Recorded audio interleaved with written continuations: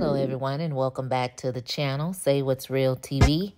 This review is for Reasonable Doubt, Season 1, Episode 8, Song Cry. We open up the episode and we see a teenage Jax. It's 1996. She's on her way from work, I guess, getting on the bus, heading home. She gets home and we see her mom. We see Paul. They're in the kitchen. Everyone, they greet each other, laugh, hug, kiss, have a conversation. We learn in this conversation that Jax originally wanted to be a nurse, and she says that she wanted to help people. And her mom told her she don't know why she wanted her to be a nurse, because she would, make a great lawyer or whatever. She said she wanted to help people. She didn't want to help criminals. So, all of that is very ironic how her life ended up. So she tells her mom she wants to go to her friend Sally's house, and her mom told her she wasn't going to be catching the bus, so she better have rich Sally come and get her. So Paul offers to take her over there, and, her mom was looking at him like, are you sure you can drive over there? Because, Paul is drinking.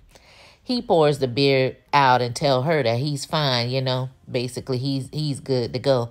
So he goes and takes her, and Jax gives him a hug before she gets out the car. And all of a sudden, here is where we see Paul, where he starts his shenanigans. So as they're hugging, Paul somehow grazes Jax's breast. And, now she's uncomfortable, I'm uncomfortable, and we're both like, well, what the hell? Like, damn. You don't know, did this guy just really do this? Did he do it on purpose, or am I tripping? So Jax, she's uncomfortable, like I said. So she gets out of the car, but she doesn't say anything. He doesn't say anything, as if nothing ever happened. So she just let the shit go. So she just moved on. We see Jax. She's actually in the hospital visiting Paul. So I'm assuming that's why she had the flashback to the first time he ever tried her with his little shenanigans. We also see Lewis and her mom there, and she's saying that she has to get back to court to get back to the case. And Lewis, he's in his feelings, of course, still from last week of seeing her with Damon, I guess. And he tells her, look, you've been on the phone this whole time. And she's like, I'm in the middle of a case, guy. Like, yeah. And he's like basically trying to tell her, look, you make time for what you want to make time for. So, he's still heated, because when he tried to call her on the phone, she sent him to the voicemail while she sent up there smooching with Damon in the little cafe or whatever. So, he in his feelings, and as he should be. But, the mom tells them basically, don't worry about it, Jacqueline. We got it. He'll be fine. And Lewis tells the mom that he'll stay with her. Jacqueline, she got to get back to work.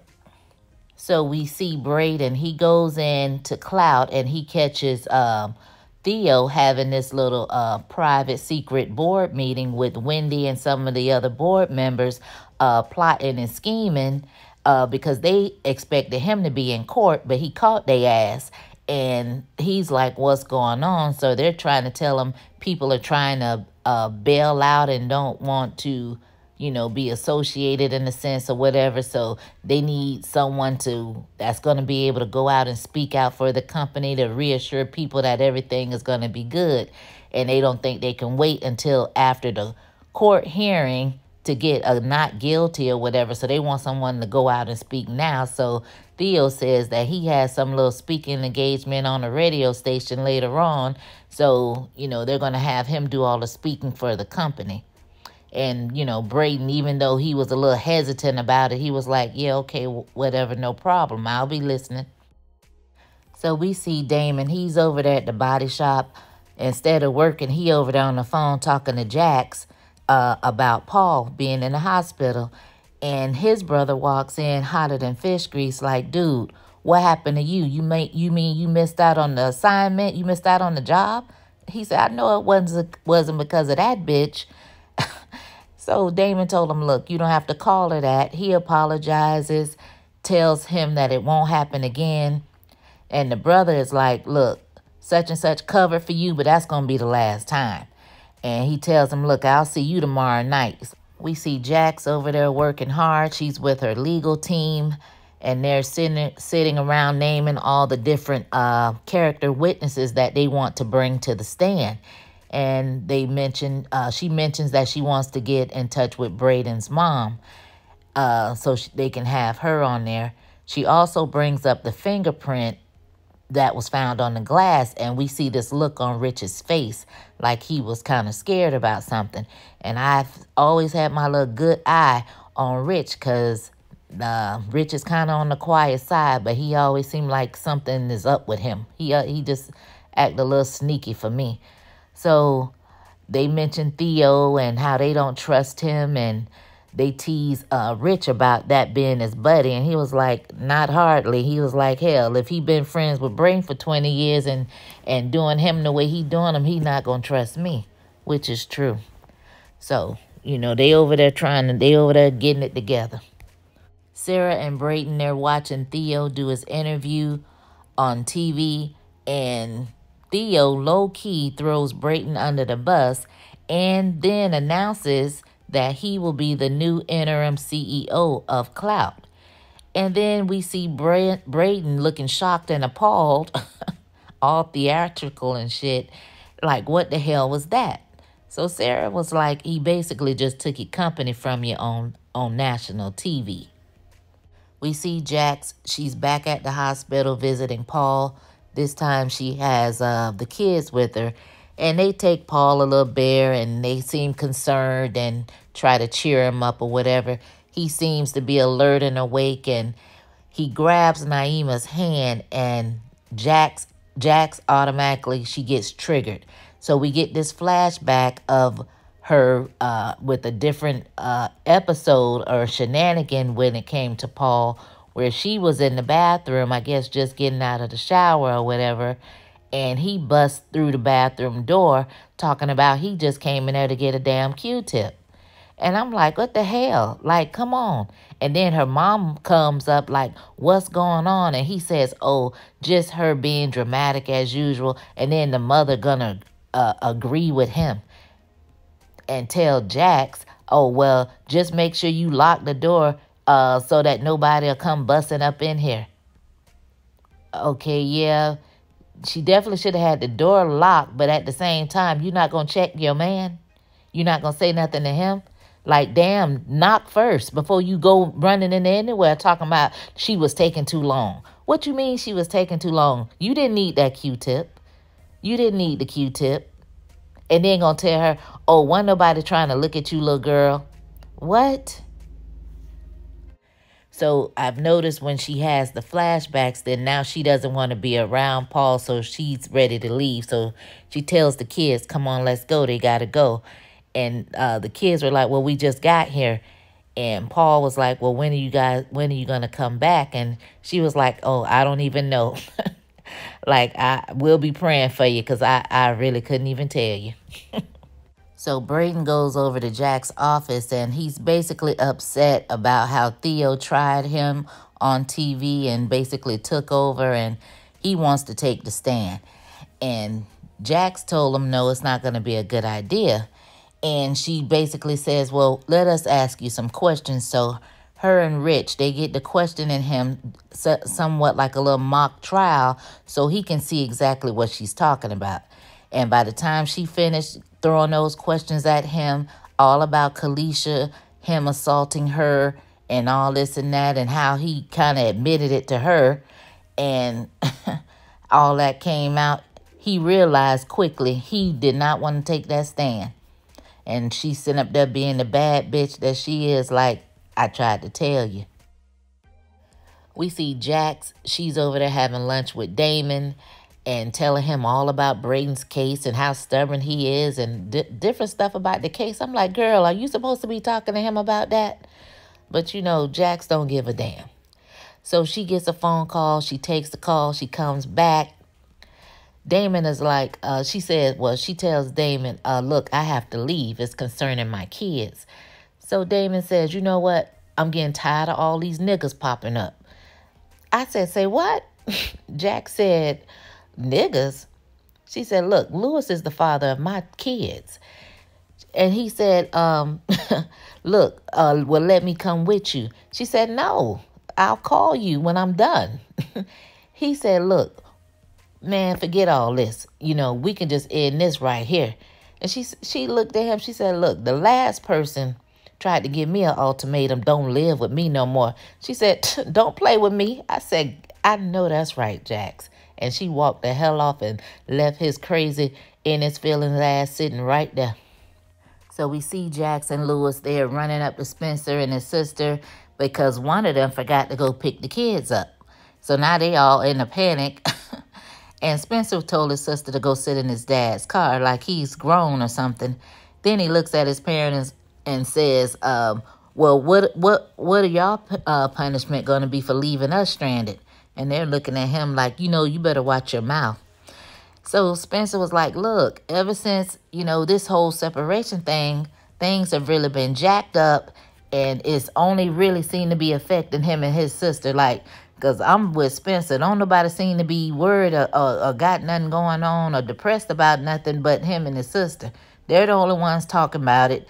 And, well, Spencer tried to be in denial when his sister tried to talk to him about it. But it's affecting him. And you could tell that's probably why he's acting out the way he is. Because on the outside, looking in, me as the audience, I would say Spencer was bad as hell and would have been got these hands. But, hey, you know, you just... He's just acting out. You know, he's probably really a good kid, but just going through a lot and don't want his parents to be split up or whatever. So he's probably really a good kid. And so I guess that hits Jax like a ton of bricks. So now she acts like this is some little reality check for her.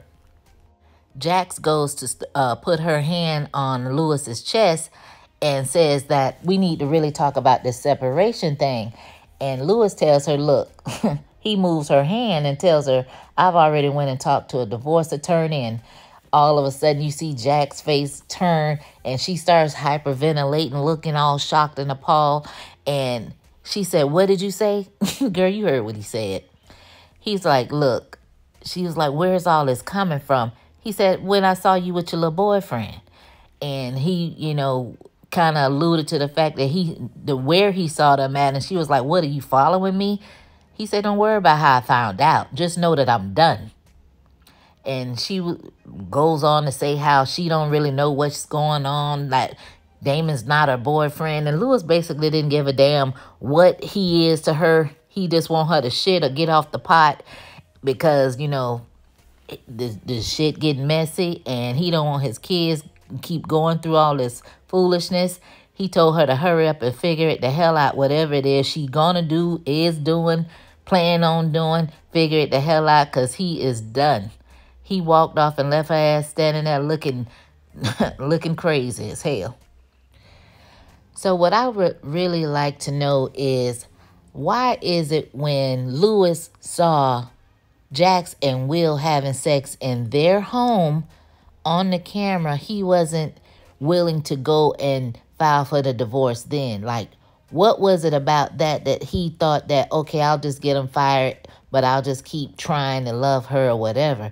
But when he sees her with Damon, it's like, oh, let me run down to get this divorce. Like, why was that the final straw when he saw her with Damon? Like, was it because it was like, okay, she's moving on to different dudes and she ignored his phone call? Like, it seemed like it was more because of the phone call for some odd reason. Like, you got time for everybody else, but you just don't have time for me. So my thing is, had she answered the phone, would that have made a difference? But I don't understand why he wasn't mad about the whole sex thing in their house. Like, who does that? Like, Jax bold as hell. Like, that's some bold ass shit. And he actually, when the subject actually came up about her having sex with Will, Lewis told her, well, it's not like that was my first time seeing you like that. So basically that was to say that Jax has slept with other people before. He's caught her sleeping with other men or somebody. So that was kind of an eye-opener, like, you just let her sleep around. But if that's the case, then why are you so upset about Damon? Like, what? I don't get what the difference is. So we get another flashback with Young Jax and Paul. So this particular incident, Paul decides that Jax has something on the back of her pants. So he goes and swipes the imaginary substance off of her behind, but all the while getting his feel on. I'm like, you know what? This is really too much, and I really don't like how he made her feel. She was very uncomfortable, and something really needed to be done. It's just ridiculous. Paul really would have had to go. Jax has become so overwhelmed to where now she needs someone to talk to, so she texts Chanel. And Chanel comes over and she just starts bawling, crying on her shoulder. The two of them, they sit down to have a conversation, and we learn that Chanel is the only person who's ever been told about the things that Paul has done to Jax. And she says she's never even told any of the other girls, or she's never told Lewis about it. And Chanel says she's surprised she never told Lewis, and she figured that Lewis would be supportive, and Jax is like, he probably would be, but she knows that he wouldn't allow her to want to go over to her mom's house again, and be around Paul, and definitely not the kids. So she says that it's a lot, and she says she's done a lot to try to keep the family together, because that's all the family she has, despite of the things that he's done. So she just pretty much just suppressed her feelings to keep the family as one happy unit. And, she just, deal with it.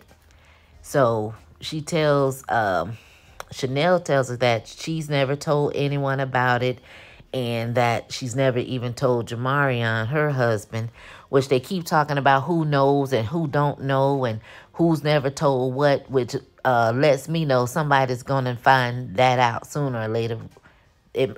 Apparently that's getting ready to be spilled some kind of way.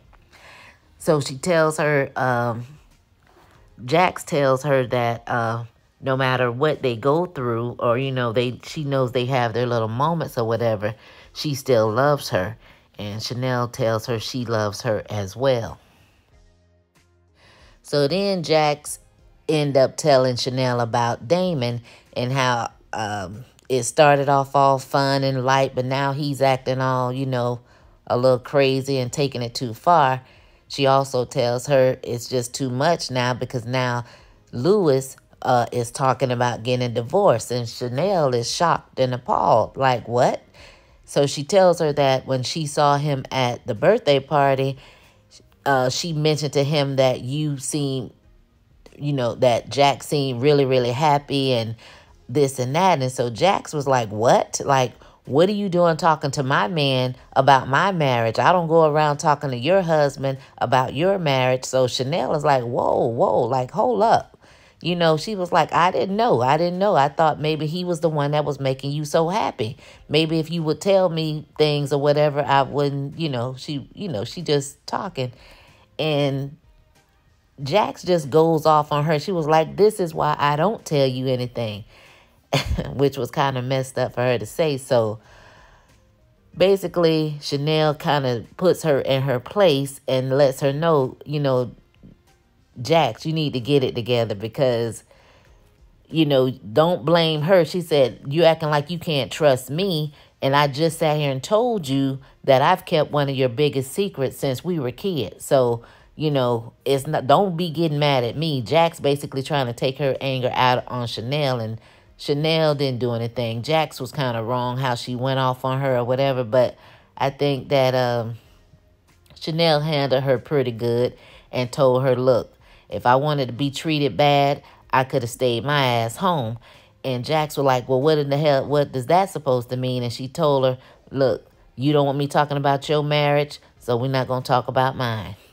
We see Jax with her legal team. They're trying to come up with plans surrounding Sarah and Theo. And apparently they must have run a list of names of fingerprints, and then none of them were a match. So Jax basically tells Rich that she has a plan and she needs his help. So we get the next scene. We see Rich and Theo sitting at the bar. They're talking. They're going back and forth with their little banter. If you didn't know any better, you would think that these two are probably like some old little lovers or something. So the whole part of the plan was, once Theo left, we see Daniel come in and get the glass that Theo was drinking out of. So I guess we're going to pull his prints from off the glass. So we get in court and Sarah is on the stand. She's being questioned by the prosecution and the defense. And Jax, she questions her last. And by the time the questioning is over, Jax made it appear as if Sarah could have been the one who killed Kalisha and not Brayden, putting all that into the juror's mind. So when they leave out of the courtroom, Sarah is 38 hot. She is hotter than fish grease. She's so mad about, talking about y'all threw me under the bus or whatever. And Jax pretty much told her, look, I told you I'm going to do whatever it takes to keep my client out of prison. So she was like, well, that don't mean, throw me under the bus. So Brayden tells her it's all her fault. So those two get to arguing.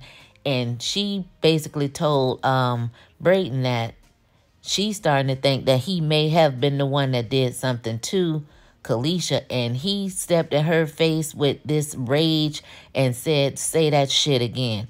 And you could see the fear in Sarah's face as if she's never seen that look in his eyes before. And Jax had to step in the middle of both of them like, whoa, y'all need to calm down.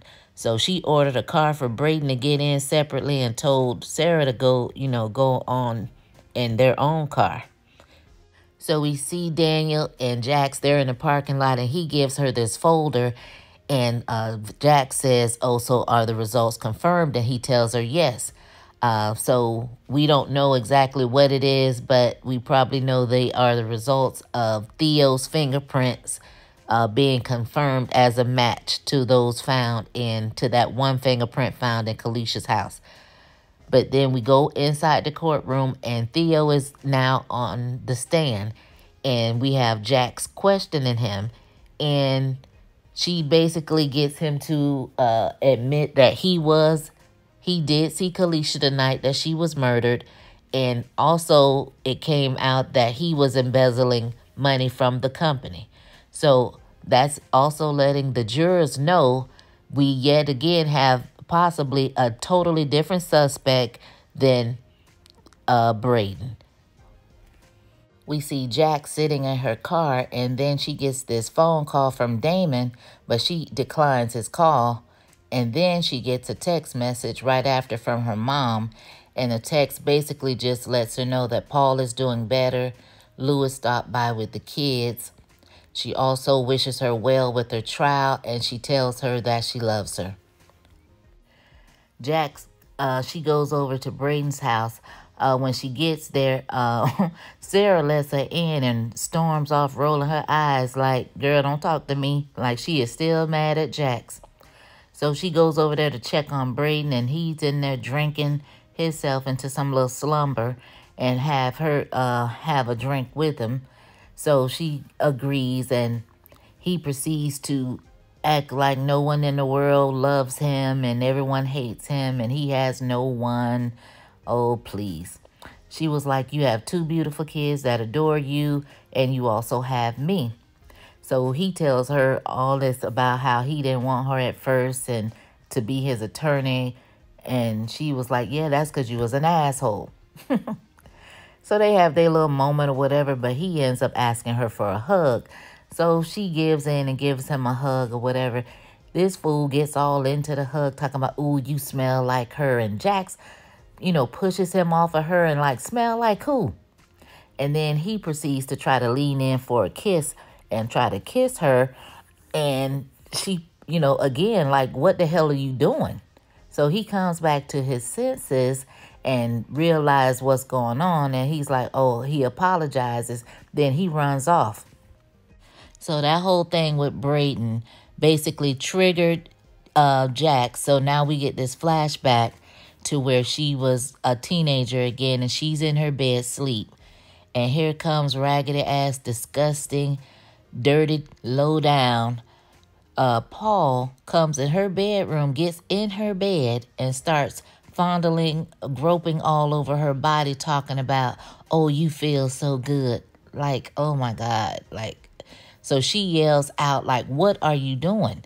So then he acts like, oh my, oh, I didn't know where I was at type attitude. And he gets up and runs out. So Jax, we're back in present day, and she runs out of Braden's house as fast as she could, with her heels on, goes back to her car, and you could tell she's clearly shaken, and triggered by the events that have taken place. Jax is home and trying to wind down, getting ready to, turn it in for the night, and she sees that there's motion at her front door, and now someone is knocking. So I guess she sees that it's Will, and she's like, Will, what is it? What do you want? He tells her he's been trying to call her, texting and calling, and he can't get through. So she's going through her phone. She sees nothing, absolutely nothing from Will, but we know Damon had something to do with that when he deleted everything. And so she goes to let him in. So he comes in and he tells her, he comes in acting all wild or whatever, like he got pushed in the door or something. And she was like, whoa, calm down. I got 911 on speed dial. And don't forget, I got a whole bunch of cameras up in this piece. And he was like, well, yeah, that makes sense. So she tells him how her husband got him fired. And he needs some references because he can't find a job. Now, when he was texting her last week or whenever it was, when Damon deleted the messages, he made it seem like he was trying to get in touch with her for a different type of reason. I thought he had some dirt or some tea or something.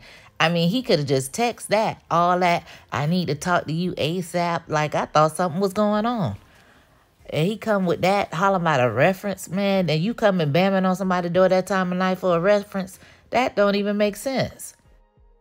So basically, Will tells Jax that the least she can do is write a recommendation so he can get a job. So she agrees. She tells him that she'll get one of her assistants to go ahead and type something up for him. So as she's walking him to the door, they open the door, and on the other side is crazy, deranged-looking Damon. Jax is like, what are you doing here?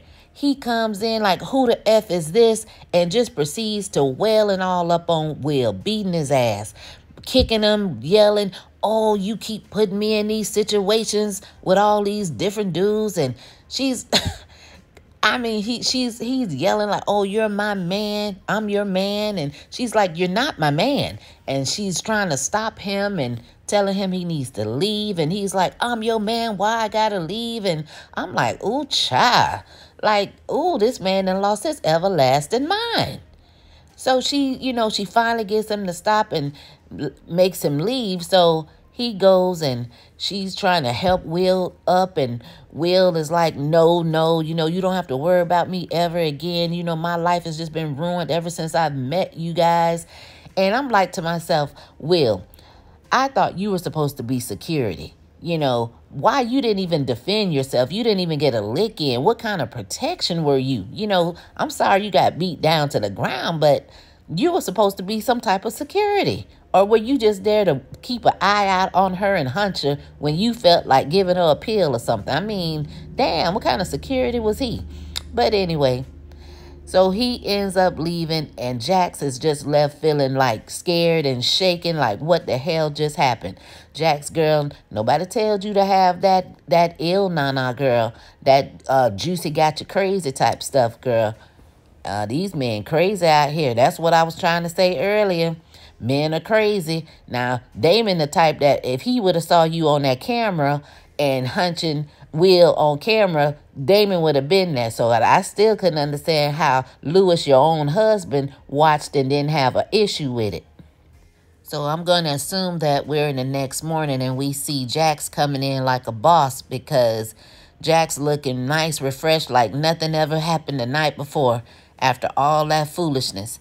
So she's greeted by Braden, and Braden basically is apologizing. He's telling her it was totally inappropriate for his behavior, and she's basically looking at him like, it is what it is. we got a case to win. So, let's do this. They go in the courtroom. Braden's mom is the character witness on the stand. So she's questioning her, and we find out he had an older brother that was killed on the basketball courts by gun violence. The mom tells the court that she did want revenge. She went and bought a gun. But Braden was the one who basically talked her off the ledge because, he's not with violence. He's never been about violence. And she actually kept a piece of the gun to kind of show how they went through that whole situation. So it was a little, she basically won the court over to where the other side they didn't even have any questions for her. So, Jax went and rest, the defense rest. So that was the end of that for court.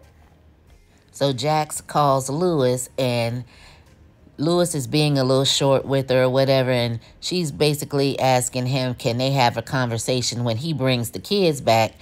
And Lewis is saying, I don't feel like talking, He's not in the talking mood anymore. When he wanted to talk, she didn't want to talk. So, basically the tables have turned, and she's pleading her case. She says she does not want a divorce. She knows she's messed up. Yes, she did mess with someone, but just the thought of that divorce just, it just makes her sick to her stomach.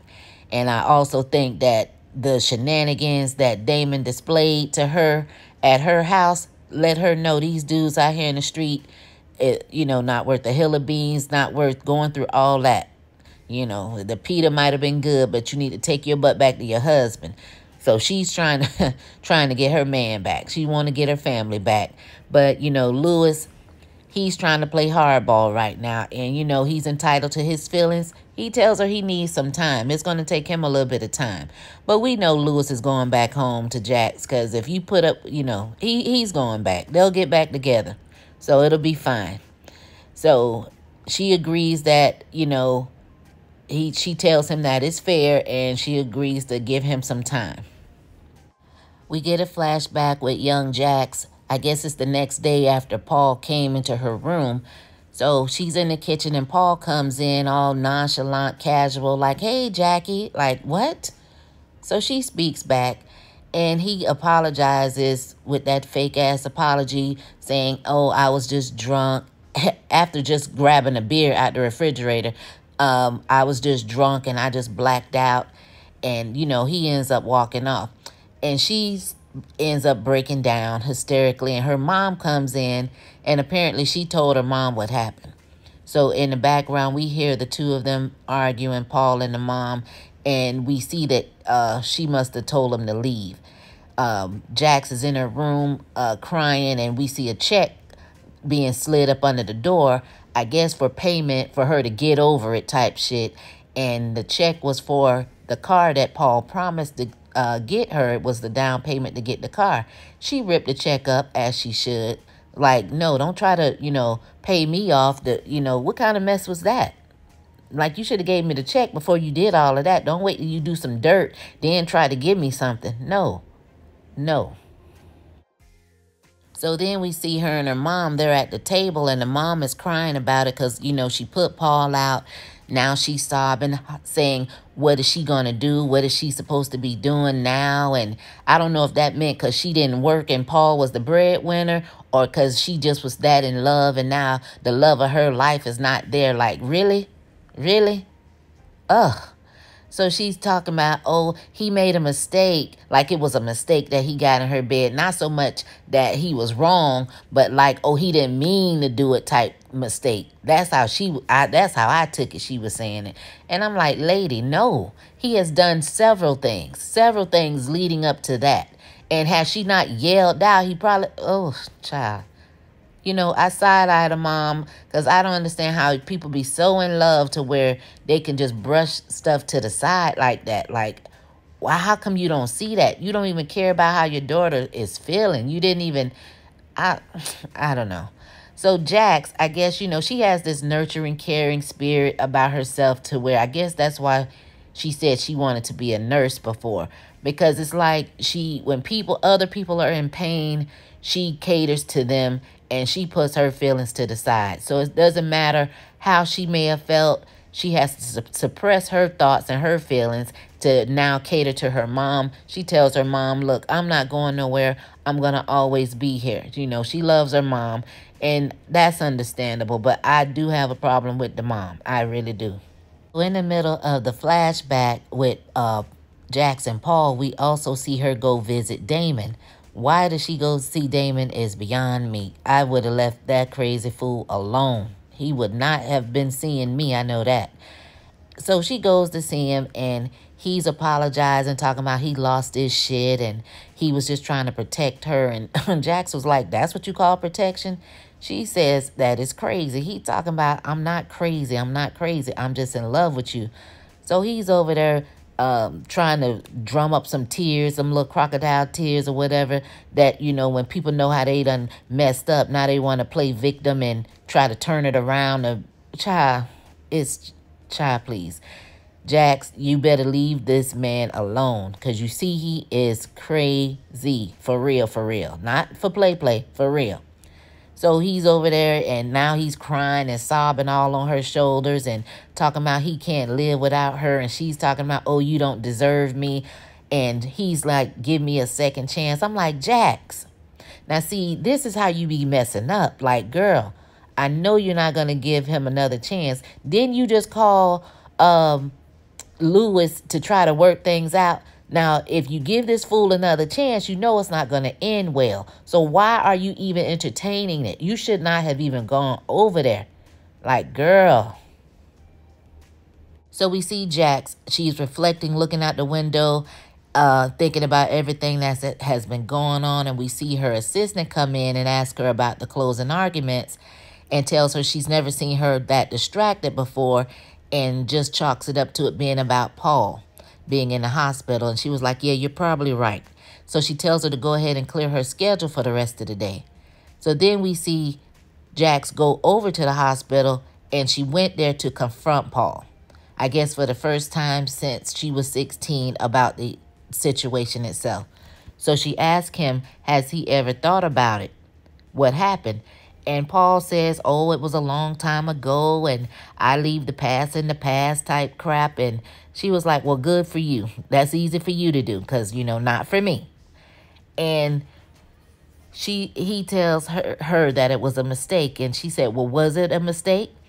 He says that he was drunk that night and blacked out. And Jax was like, well, what about all the other times? So she goes to, you know, list all the different things that he's done, and she gets emotional or whatever, and she drops a single tear while telling him all the stuff that she had to suppress and, you know, hold in and not tell anybody about. And, you know, now all of a sudden Paul, you know, he acting like he getting cardiac arrest or something. And she's basically saying, I think you were grooming me back then the whole time. And, you know, now he can't talk. He's gasping and, you know, reaching, trying to get some help, trying to push the little clicker button. And Jax basically told him, if you ever touch my daughter, I will do something to you myself with my bare hands. You need to go get some effing help. And she walks out, and you can hear the monitor beeping, and it sounds like Paul may have croaked, but I don't know. Then the mom and the nurse come running in like, what happened? Jax ain't say a word to the mama. She just walked the hell out. So we see Jax walking out of the hospital, and all of a sudden, it's like her wheels get to spinning, and she has this epiphany about something. And as she's going through that, we go back to the hospital room where it's confirmed that Paul did indeed die. And the mom is by his side crying and whatnot. So I wonder if she's going to blame Jax for, you know, what happened to Paul. Because, you know, Paul was just fine before when she left to go get her snack. Then when she come back, Jax running out the room, and now Paul is dead. So, you know, that's getting ready to be a whole little mess. So back to Jax. She calls Rich on the phone and tells Rich, I know who killed Kalisha. And the episode ends there. So Paul, we would say, kind of inadvertently helped Jax solve this case. The question remains, who is she going to name to Rich? So my top pick would probably be Braden, because we saw a lot of similarities between Brayton and Paul's reactions and how they handle things and how they're able to look you in the face and act like nothing is going on. And, you know, Brayton would be a pick, but, you know, we never know. Who do you guys think killed Kalisha? Drop down in the comments. Let's talk about it. This is a good show. I'm surprised it doesn't get more viewership than it does, or more people talking about it. But I think it's a pretty good show. I have been watching all a while. I have not reviewed any of the other episodes, which I kind of wish I started from the beginning, but you know, hey, it is what it is. I think we got like 1 or 2 episodes left. I'm here for it. It's getting really good. These last couple of episodes have really been really good. So you guys, like I said, drop down in the comments. Let's talk about it. It's a lot to talk about in these episodes. And yeah, thanks for watching. Thanks for listening. I'll catch you guys next week. Peace.